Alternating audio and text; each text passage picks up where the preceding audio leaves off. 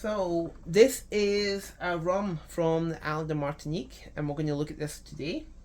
It is an agricole style rum, so rum agricole, and it's made from pure sugarcane juice. Now, this style of rum is not that common.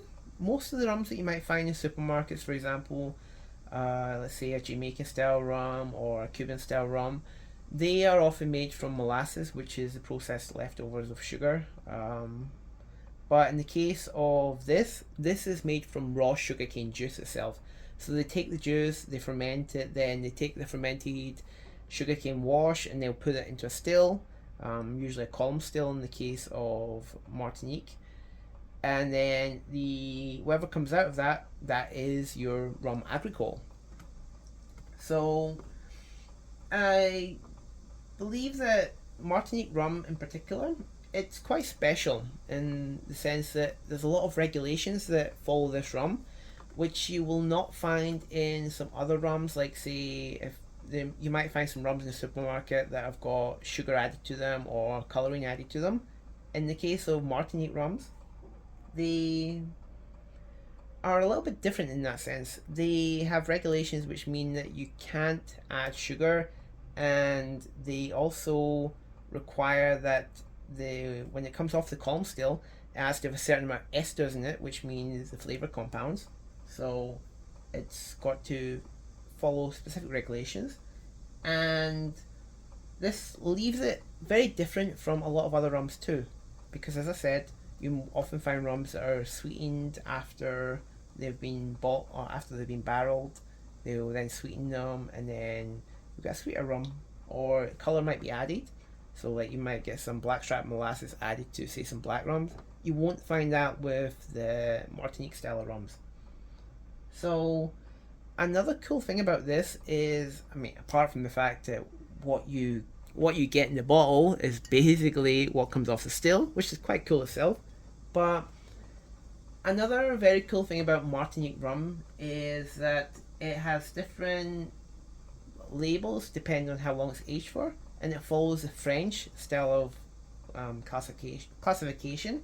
So you'll find on some labels like VS or VSOP or XO, just like you might find on a cognac or what you might find in a Calvados. And this just tells you how long it's been aged for. So VS being the least aged, VSOP being in the middle, XO being the longest aged. Of course, there are probably more specifics to it than that, but it's just a basic rundown. So in the case of this one, this is an Imperial Blanc, and as you can tell, it's clear. Now, this is of course a white rum, but it's a little bit different from your typical white rums. So in your typical white rum, you'll often get a spirit that is somewhat aged. What they'll do is they'll barrel it, and then after it's finished, spend a couple of years in the barrel, they'll then take it out and then they'll filter it to make it clear. So a lot of white rums that you'll find in the market are often aged just a little bit. They're filtered and then they're sold to you as a white rum. And I mean, it's fair, it's white, it's clear, so the label's correct. However, in the case of this one, there is zero aging that goes on for the St. James Imperial Blanc. And I believe it's the same for most of the white rums of Martinique. They don't age them. So there's no aging on this, which means that literally what you get here is what just came off the still and was watered down. So that means it's gonna taste like new make, because it basically is new make. So anyway, yeah, this is the most basic lineup, the most basic one in the lineup, the Imperial Blanc, and it's the cheapest one. And it's only 40%, so it's also the weakest. They also have a few other ones which are higher percentage versions of the white rum. And there's a few aged rums they have too, where they've got a bit more oomph to them, because they'll be like 43% or such. But yeah, this is the most basic one. So we are now going to get to the tasting of it, which is the fun part, right? So let's start with the tasting. So pour it out first. Here we go. So yeah, what you see here is, as I said, basically it's clear. There's nothing to it really. No color. It's just what came off the still with water added to it. That's it really. So yeah, I don't know if you can see in the glass. The camera quality is not the greatest, but there's some legs to it. So it's got some legs to it, which is nice. It tells you the ABV of it. But yeah, already says in the bottle 40%. So let's get to tasting, shall we? And as I said, this has zero aging at all. So there's no aging that went into this at all, which means that what you get is literally what came off the still. So yeah, it's probably going to burn. But hey, it's fine. That's part of the adventure, right? So yeah, let's taste it. Or first nose it at least. So on the nose, what we get is a very herbaceous aroma. It's grassy. Again, it reminds me a lot of new make that I've tried at some distilleries, and it's got the same kind of qualities to it. Even though it's a completely different raw material they used, it still has a lot of the same qualities that you might find in a new make. There is a little bit of a, yeah, very grassy, somewhat minty, I'd say, even minty a little bit. What else can we say about it? Let's go back to it again. So I would say that this is maybe even a little bit nutty. I feel that there's a little bit of a nuttiness to it as well, which is quite a nice note to find on it. But if we go back at the end to it, there's a kind of aroma. Try to describe it. Imagine that you're in the kitchen, you've got a pot of water boiling, and you mix in some white sugar into that to make a syrup, or maybe you're making something for a cake or even a jam. So you mix your white sugar into the boiling water and you create a kind of syrup. You know when the sugar is melting, there's a kind of aroma comes off that. It's that aroma. That white sugar melting, it gives off the same kind of aroma as when you're making a syrup, which is probably what you should expect, given it's basically made from sugar cane. So it's still quite a nice find though. So it means there's a little bit of sweetness on the end, which is quite good. So let's put it back for now. Let's get on to the actual tasting itself, shall we? So here we go.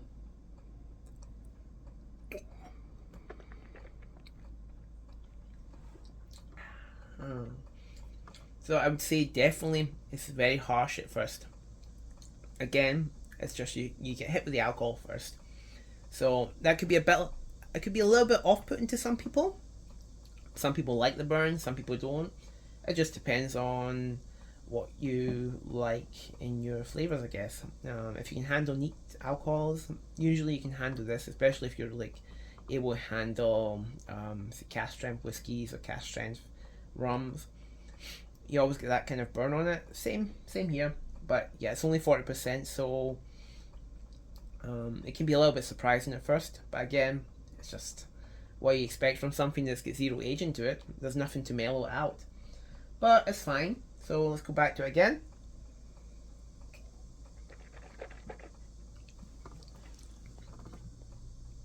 All right. So yeah, it's herby. There's some menthol. Yeah, kind of minty mentholness to it.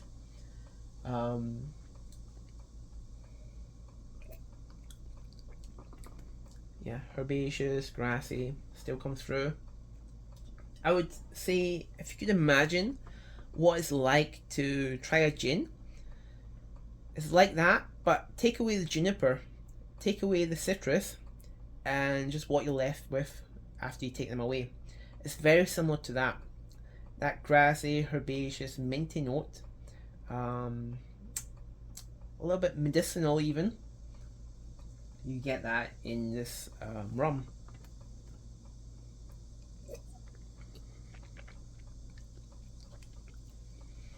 Yeah, on the back though, as it gets near its finish, there's a kind of sweetness come through.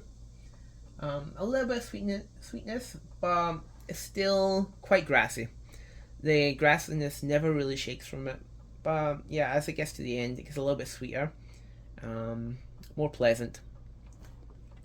But yeah, if you on the first taste know it could put some people off, which is fair. It's not to everyone's taste, but I like it.